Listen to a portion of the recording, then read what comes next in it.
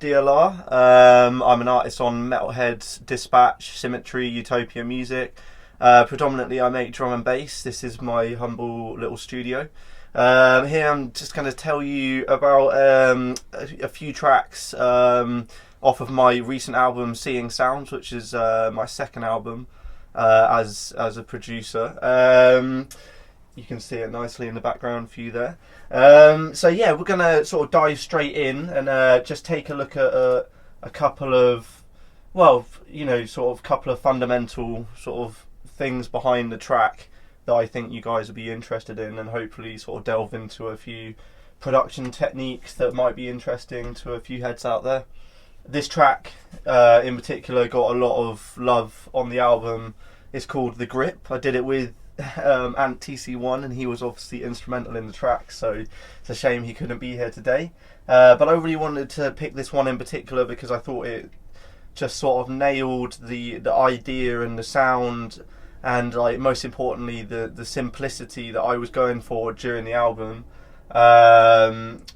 It was like kind of key to me to keep everything really simple on that album, but yet, you know, when you listen to it, it should sound very full in the mix and a big sound, and you know, enough interest there so you don't get bored. We'll just start right at the beginning and just have a look at the sort of the intro to the track. Actually, you know, scrap that, I'm just going to get to the interesting stuff first. So let's just have a solo of the drums first. So it's a really simple break, and I just wanted to kind of base the idea of the whole pattern from Bacteria, which is tracked by Ed Rush and Optical, and that, you know, they used a break in that tune, and what is interesting here, instead of using a break, I kind of made a conscious decision to use addictive drums, which is something I kind of used throughout the album, which was one of the sort of things that glued the album together. I think was that decision to make my drums myself, either via, you know, addictive drums or other drum sampling programs, and then you know, combine them at times, but most of the time just keep it actually really raw. So let's have a look at this break, and this is addictive drums too. I like addictive drums especially for drum and bass because I think having the volume envelope in here is just much better than not, because I know a lot of drum sampling programs, they don't put envelopes in, maybe just keep things real, or, you know, in the real world you wouldn't have envelopes on your drums, but I mean, we're in computers, so you know, why wouldn't you have envelopes so that you could really, you know, tighten up a drum hit and get it working at the tempo that you're working at, you know, or style that you're working with. So, you know, and all of these, which it's kind of like it always ends up like this. So at first I'll be using addictive drums without any sort of plugs, and I'll be listening to each of these, and they sound, you know, nice on their own, especially the snare I like, you know, but obviously everything's really quiet and weird because I've shortened all the envelopes. I kind of dealt with the sound in a really strange way because inevitably I want to get the drums punchy, full and loud, and I can never really find the best way of doing that without sort of, you know, kind of gelling them all together in one output, and then you know, slamming them with some compression and some EQ and some saturation so that I can really get a lot more balls out of them. I really, you know, different people work in different ways, and this is the way I like to go about it. So at first, you know, it won't sound exactly like this, but it will be, you know, kind of a bit weaker, and it won't be gelling in the same way or pumping in the same way. But when I start layering these plugins on, so I'll start hearing issues like, because of the compression, maybe it's bringing out the tail of the kick too much, or it's making the snare way too snappy. So on here I've just taken the kick right down so that the kick is actually like non-existent, which is kind of weird, but yeah, it seemed to really work well in the actual process, and I found that actually works well quite a lot, especially when you're bringing it up or boosting the lows in some sort of way in the process. So I don't, weirdly enough on here it's different to what I normally do. I haven't even, done that, which I find kind of strange, but I know that the kick, inevitably is going to be quite full in the mix when it's all saturated and gelled together. So I sort of take down all those envelopes, and the same with the snare. I've really taken that back, So it's still got that tail in there, and that's given to it via like the overheads and the room as well. But if I take that off, it's like totally unacceptable for me. Maybe it would be good if you're using it as an effect or in some other sort of way. But as my bass snare, my fundamental snare in the mix, I need that to be short, tight. But I want everything. I want I want it to be have low punch. I want it to have nice crispy highs and a nice sort of tail on the strings of the snare, and because inevitably these are all like real drums, and I want to treat them in a sort of relatively real fashion. And I guess a little understanding of a snare drum, and it's the snare on the bottom, the strings on the bottom, which give it that twang, and the body of the drum and the room or reverb that can end up building up the sort of tone and body of the drum in the mix. Is all really that knowledge is important to try and because I could take this right down, but you sort of that's more of like the transient really. So that's wicked. You can use that in some cases, but then some way you've got to sort of bring in your tail back again, so whether that's in the same drum or whether you layer another drum over the top, it doesn't really matter.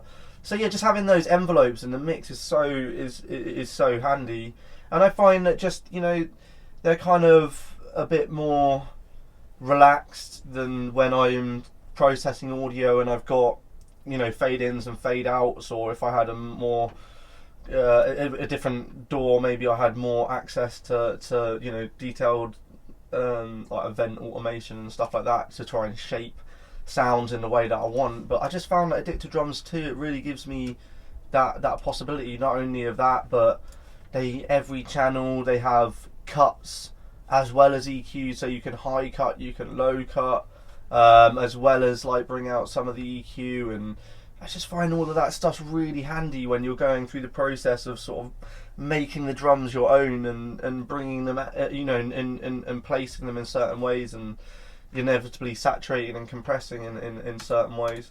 So anyway, yeah, I'll try and tighten everything up as much as possible. I sort of am up and down about the overall compression and saturation in Addicted Drums as well, which is why sometimes I don't just solely rely on that to give me that final sound, because you can compress it a lot, which to be fair I have already done, but you could go way further inside Addicted Drums. But I think it helps step out of Addicted Drums and the sound that you could get from a plugin if you then use like a combination of plugins that you spent good time sort of researching. I don't know why, but my Shadow Hills seems to have this like mad red streak through it at the moment. It's like just came out of nowhere. I have no idea why. So yeah, what I love,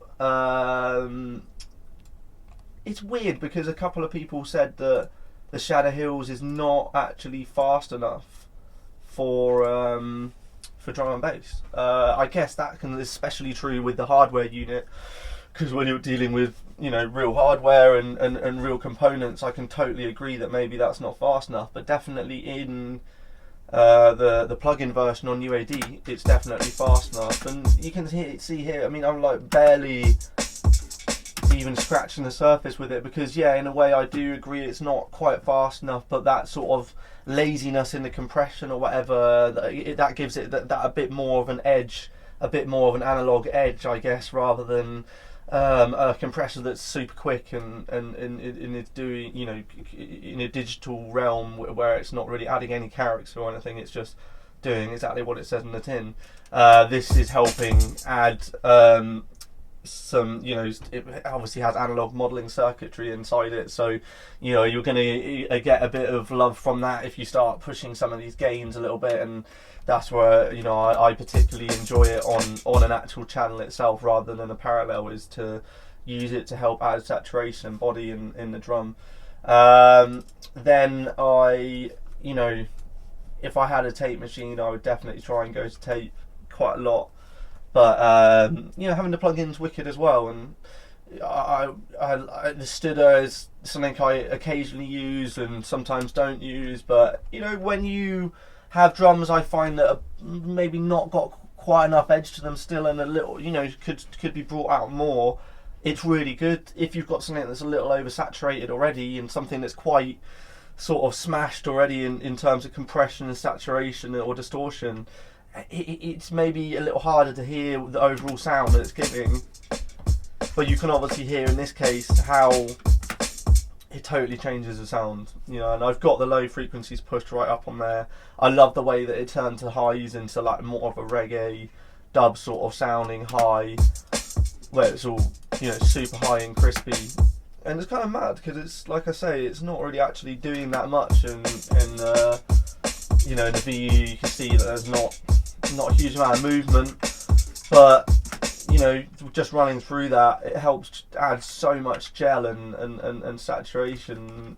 It places everything better in the mix. And like I said at the beginning, a lot of these plugins, they'll go on at the time and it would be a lot more outrageous, the overall sound, maybe like uncontrolled, and there'll be some elements that I like about it, and I'll just try and focus in on the elements that I do like, and try and get rid of the stuff that I don't like as much. And whether I can do that successfully is always the question, instead of ruining the sound and ruining what you do actually like in there. So constantly putting these plugins on, playing with them, going back to the source material in Addicted Drums, and editing the levels and the EQs and the envelope amounts to maybe where they're kind of getting a bit weird. It's really short, or the attack's a bit long, but whatever it is, it's working in regards to like the chain of plugins and the overall sound that you're going for.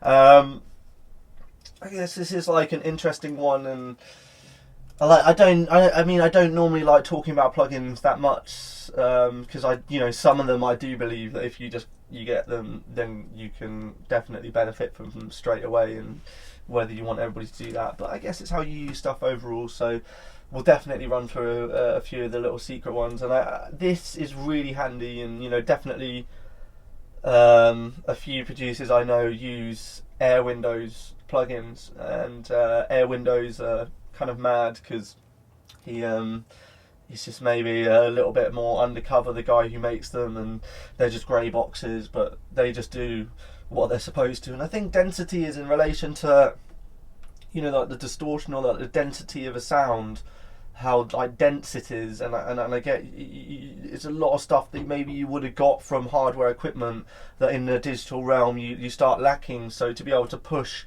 how like dense, or to the point of where it becomes distorted, the sound is really really nice. And in the plugin, all it has is density, high pass, output level, and dry and wet. So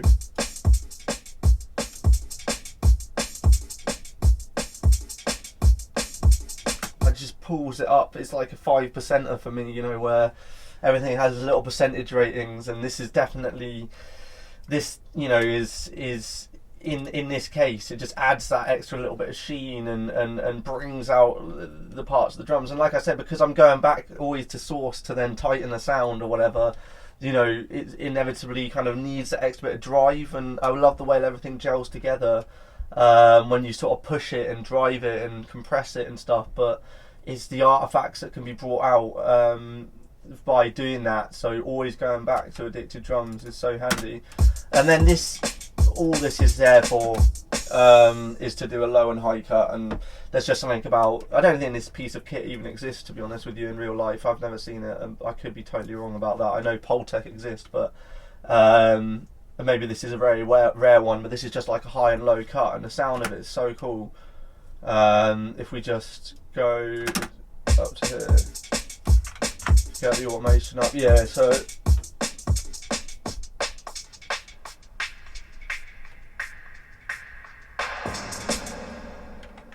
yeah, it's just something about the way it sounds. It adds.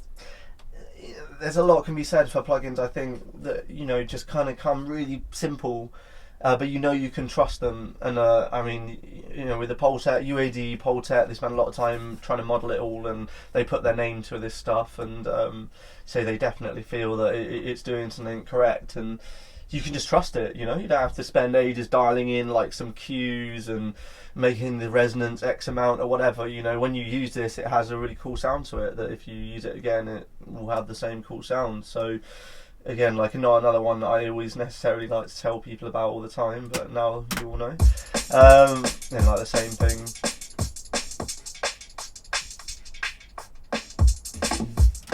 A lot of the time with this one as well, I'll actually just automate it in live, because it's actually in steps, which again is really nice about it. It's step attenuated instead of just smooth. So it's really, but it doesn't seem to like sort of pop or click between the sounds. Between the different altering the actual frequency. It just sounds super smooth and just cuts off so nicely, and again, it has those key frequencies that are quite musical that you don't really need to mess around with anything else. And the same goes for, I did that on the highs as well, as you can hear, and sort of just you bring it in itself. And that's it. That's all I did in terms of adding extra plugins. But sometimes I'll use a lot, but in this case I didn't really feel it was appropriate to smash it out with loads of different plugins. And again, just keeping things simple was absolutely key. And in the case of this track, I think it demonstrates how on my album I really wanted to get to this really simplistic style, which was maybe sort of a bit more sort of famous back in the 90s when Ed Rush and Optical or whoever were making beats, and they were limited on a mixing desk with a certain amount of hardware, and they just tried to make everything work. Whereas now we have the option to just keep on, we'll just keep on adding tracks, keep on going, and then most of the time, if you haven't got that idea when you're soloing, when you've got the drums and you've got the bass. I just think that in our genre of drum and bass, if you're not getting that edge in those two elements, which is really, hard to do, definitely, I struggle with it all the time, but, if you're not getting the vibe and the tune flowing there, and none of the rest of these tracks really even matter, because you never really even sort of nailed the idea in the first place. So if you just continue to add tracks, then all you're going to do is inevitably go back to the beginning to change what you originally had, because it wasn't good enough. And yeah, adding tracks or adding out sounds and ideas can give you more inspiration of what the bass line could be, or the atmosphere or the direction of the track. But always when you come back to it, you've got to make those drums and bass sound nice. So then, in this, I just tried to just make them sound good, and then the rest of it was just all like a bonus, really. And I built the atmosphere of the track, from the rest of it. So yeah, we'll just look at the bass in this section, which it's pretty constant throughout the track. There is little things that I do that I'll go through, but it was all about getting that main riff. So let's.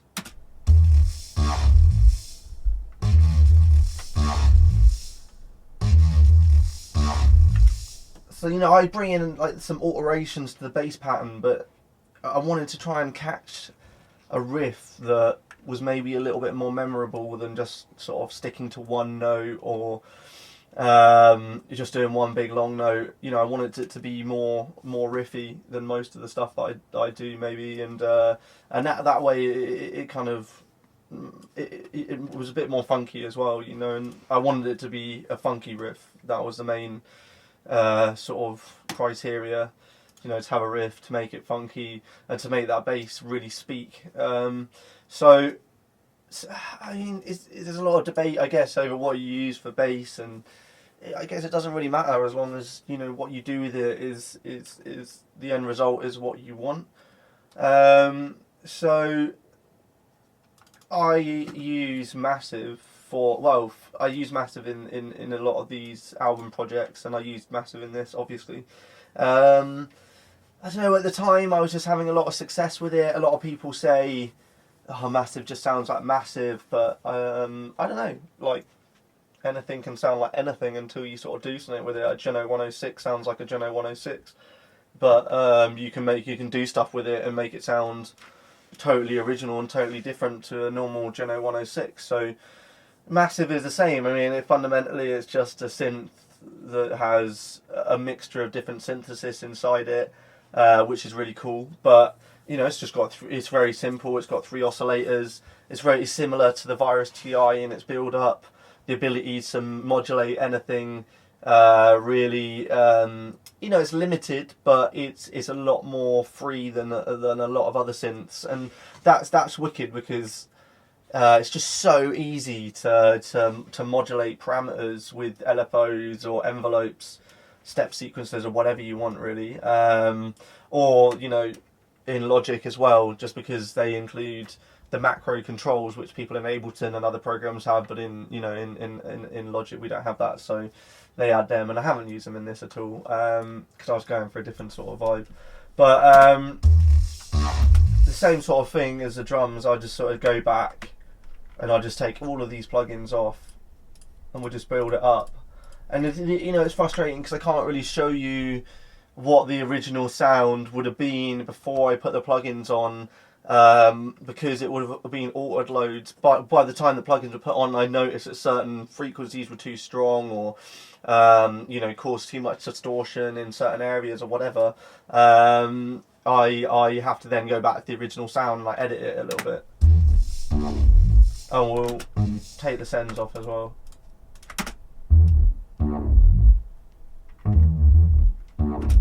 So it's kind of interesting for me as well, because I'm always wondering, you know, and especially in the tracks that I really like of my own, and sometimes it's a bit of a mystery, like what did I actually do there to sort of get the bass sound how it is. And what I kind of find a lot is, like, with me especially, I don't really like it when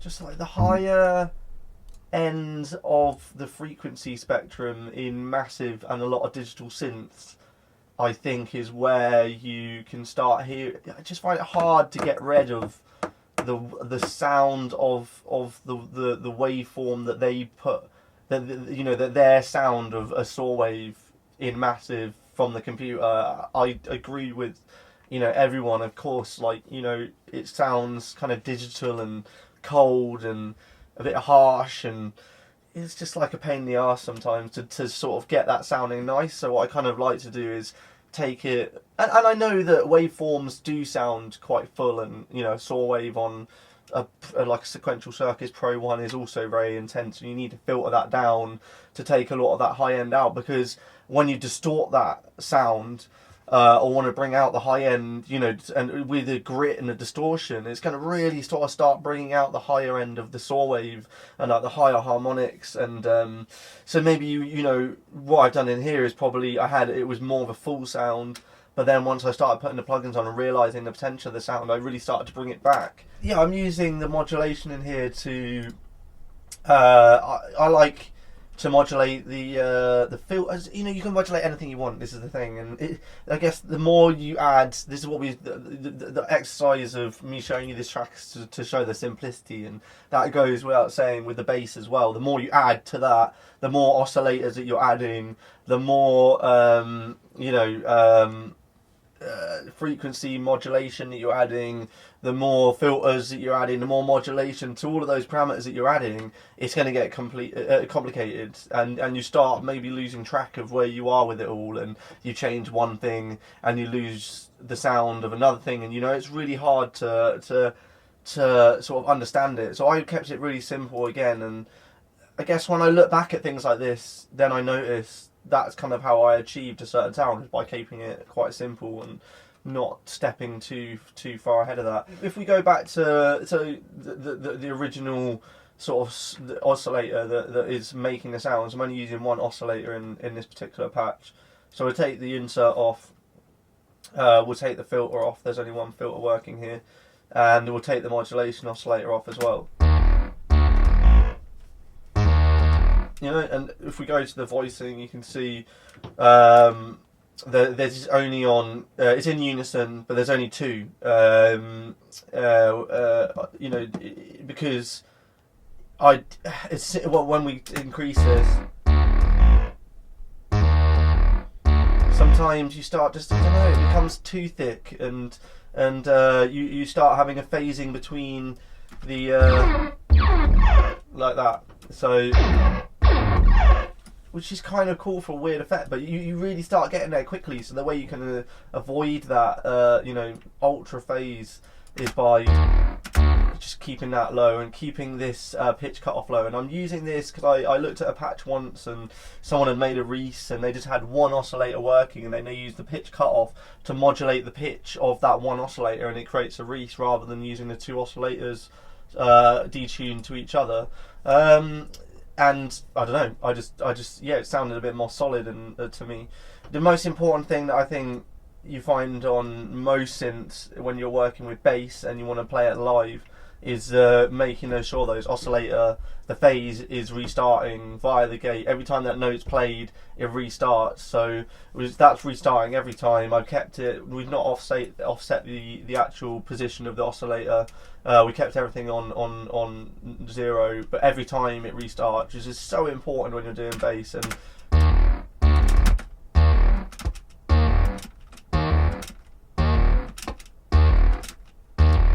when I listen to that, it just changes like that small amount each time, which can just cause havoc later on once you put everything on. So, well, especially when you want it to be the same, you know. So, you know, always restart via gate. I keep my unison quite low, and I love when it's on legato because it makes that waveform move around. So let's, you know, sort of have a look at how I've tamed that horrible sort of nasal top mid-range of the synth.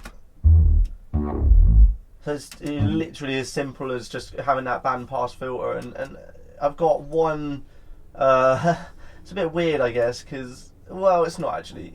I've got one LFO modulating that cut off so it goes up and down quite fast, as the ratio is 3/8, and then I've got one LFO going slow on 1/1 on a sine wave, 1-to-1, and yeah, so that just kind of creates like a slow movement, whilst the other bit of movement moves in between, and you know, it just overall it creates a nice sort of meandering sort of movement to the whole synth. So like I said before, I want it to be the same each time the note hits, but I like it when it has a predictable movement that I have control over the progression of the track. Then when you can add the parabolic shaper in this, I could, you know, you can have more of that parabolic shaper if you wanted. I think I just added it to add a little bit of harmonic really to the actual sound, so that when you bring in the distortion and stuff later, it has more to latch hold of. And I think this is how you start to try and escape the sound of Massive a little bit. It's by sort of taking those highs off and by using sort of less of what they offer, and then more of what, you know, other plugins offer, and finding the right ones that work and add that you know, the top end and everything how you want it. And I also think that having a sound like duller in the first place is often better to an extent, because you can bring out certain parts of it and they sound much smoother than when you're trying to take away those parts with EQs, and it can leave the sound sounding kind of empty, I think, anyway. So I just used a little bit of the dimension expander in here just to add a bit more body to the sound, and a tiny bit of reverb that, you know, really you can't hear that much, but it definitely makes a difference in terms of the space of the sound and where it sits in the mix. You know, the modulation oscillator's tuned down to the same pitch, but there's just 3. It's not even a semitone off or anything. It's just 3 cent detuned off, and it just creates a little bit of a phase difference. And on here, I just the ring mods that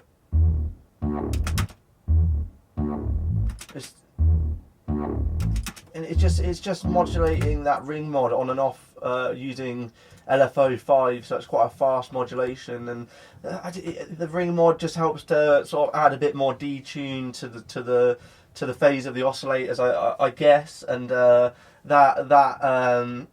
just gives it to me like a bit more of an analogy sort of detuned sound to the oscillators. So really, there's nothing else that I've done in here. I've avoided the EQ in this case. I've really not used any of their distortion or their effects. I've taken all the top end off, and then that's where I start adding plugins. But like I say, it's a bit sort of it's hard to explain it to you when we're going back through, because most likely this sound started in massive with a lot more body and a lot more mid-range and high-end, and when I put the plugins off, I've started to tame that back. So we'll just see what happens when I start to add them on. So first off, we got Camel Fat, which is a classic, and that's on such a low mix, and I find it's really nice for like just a parallel, on the channel. It helps parallel process that bass on the channel, and it's just a low mix, quite a lot of distortion, and the bandpass filter helps it just focus that distortion into a certain area rather than it being so full range, and rather than having this, because it can sound cool, but it's too much really, and it's nice to have that edge, but you need to find a way of sort of having that but still having the low frequency still intact, because they haven't been sort of savagely mutilated by the amount of distortion that you want to include on your sound, because that's the sound that you like. So that you can hear it just focusing in that area, and then when we bring back the mix, and then that can be a nice thing to automate in if you wanted to. When you're making sounds, you could automate that up, and you can obviously add LFOs to this bandpass filter to make it go up and down and move the frequencies, and that has a really interesting effect on the distortion, because I'm pretty sure that is the bandpass filter is pre-distortion, so whatever happens there is actually going to fundamentally change the sound of your distortion, which is why you get really interesting results from it. And just having the resonance on there a little bit just helps create a little bit of an edge on there. Next we have this Summit Audio EQ, which is quite weird because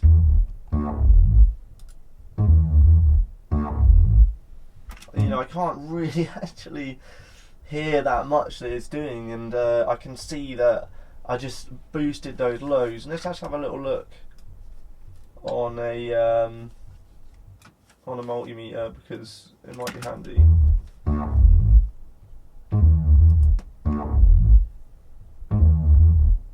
So it's just sort of bringing out, especially the warmth on the low end, that you can definitely feel on my sub, that this 50 hertz boost. And I love these EQs because again, they're trying to analog model, and all the curves are really just super simple, like everything's set already, and it's musical. The frequencies are step attenuated again, so everything's like very musical, and I think that holding back from the amount of opportunity it gives you to play around with all these different frequencies, with all these different bands of EQing, it really helps to just keep it simple. And and this exercise of putting this one on was to shape the tone and the focus of the sound in the mix, rather than scoop out a really messy area in the mid-range or anything, which I would use a more like an EQ like this, for example, where I'm trying to get way more surgical. So this really helps to add that sort of body to the sound. Next, I often add this afterwards, because I start to hear that certain parts of the sound are out of control a little bit. So in here, it still has, what I often do is I end up wanting this chunky mid-range on my bass, and but at the same time needing to leave space for my drums and other elements in the mix.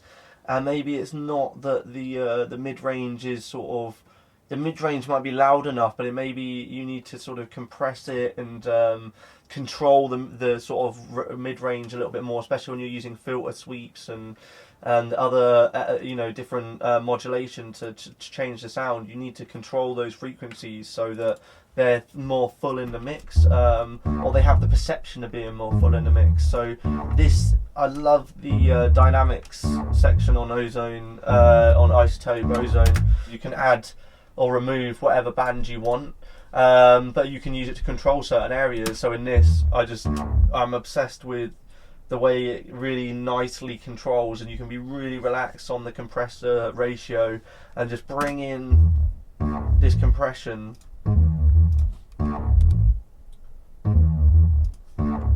It's just helping smooth the mid-range out before, and then all of these ones are like, in that process is to remove the harsh frequencies, or the frequencies that are too overpowering when I add more distortion later on.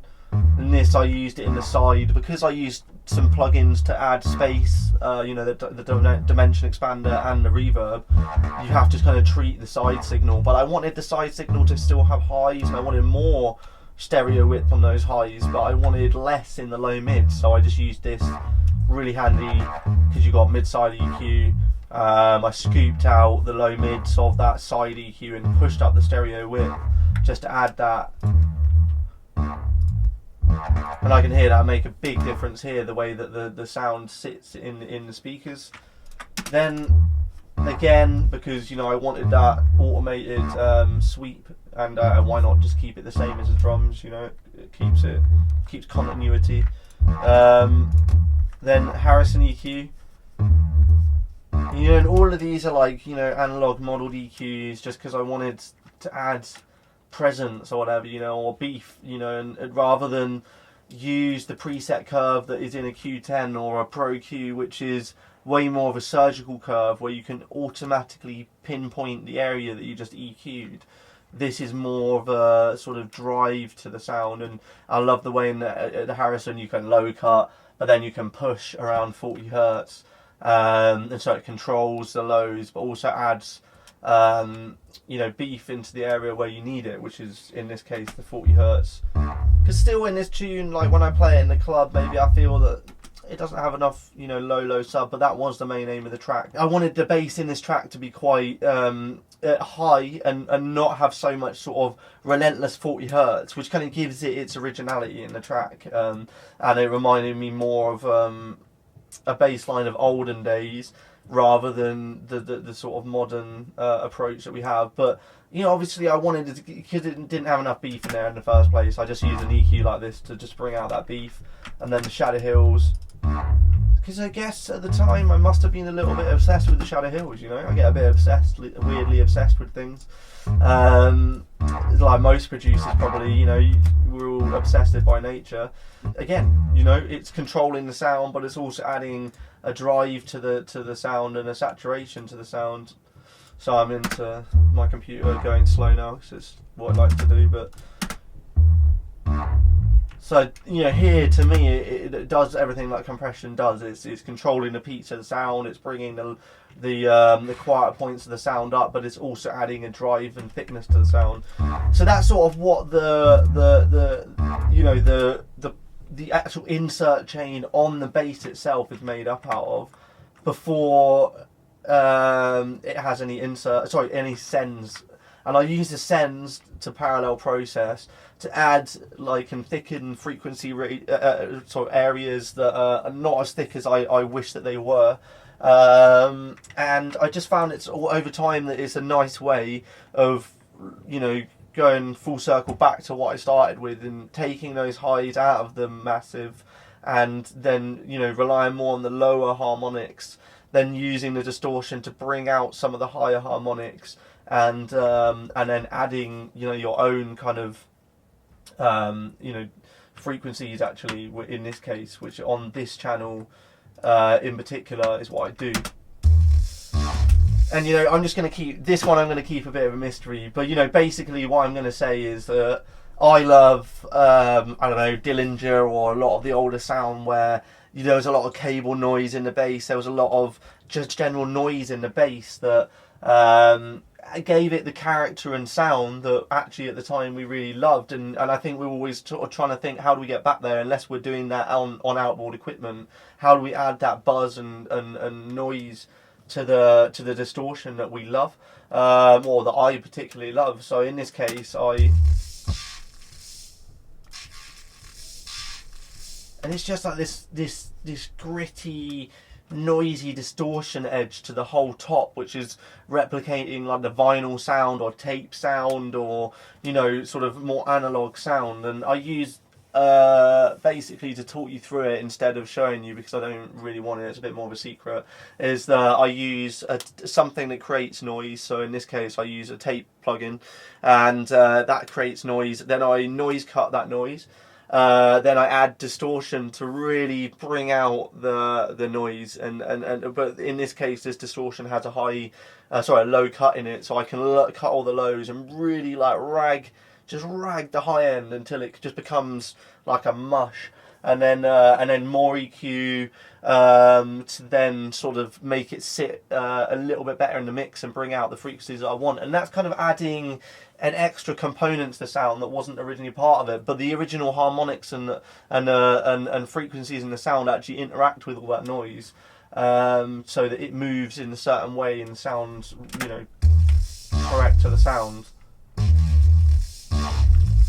And then we've got an extra little distortion bus that, it's like, I'm sort of semi into this sort of guitar amp distortion sound. It can sound alright, and I just think if it's mixed low and done well, then it can sound alright. And in this, it just adds that, sort of vital sort of mid-range that it sort of lacks in the sound, and a bit of space again, because there's a bit of reverb inside the amps, and just all of these processes are just about sort of filling those gaps of what I think is sort of missing from the sound, and then that's how inevitably I start stepping away from the massive sound that everybody kind of identifies with massive and always asks me all the time, how, which I don't mind, by the way, but I mean, I guess I can just tell people to watch this video now, which is pretty sweet. There is, ways, if you're just logical about it, to step away from the massive sound and add your own edge. I guess, that can be via a load of plugins, basically. I don't really think I don't want to go through this one too much. It's not much of a secret, but it's more something that someone else showed me. And again, it's like any distortion bus. It's a combination of a really nice distortion, EQ, compression that just tames the sound, and whatever you need to do really to get that distortion sitting correctly without sounding sort of too phasey with the original sound, because inevitably if you're EQing and distorting and changing the frequencies, but they share the same frequencies as the original sound that they're taken from, that you're going to just start to sort of run into phase problems. And I kind of hear this in places, but in this sound, so I just mixed it low.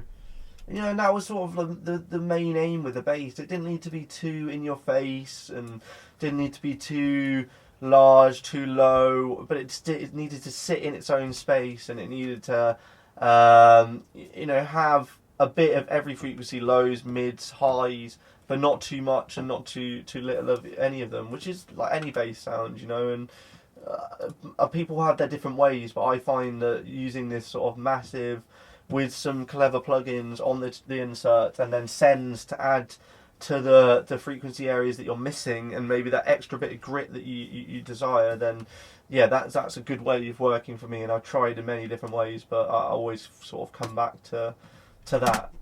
Now, you can't watch this one for free. You get yourself the latest copy of Computer Music and watch as much as you like of me talking endlessly about music production, bass, drums, pads, whatever it is. Let's go in depth and have a look. Big up. Download over 30 exclusive plugins. Get hundreds of pro quality samples and power up your production skills with in-depth tutorials. We break it down for you step by step, and you'll see exactly how it's done in expert video guides and producer masterclass sessions with pro producers.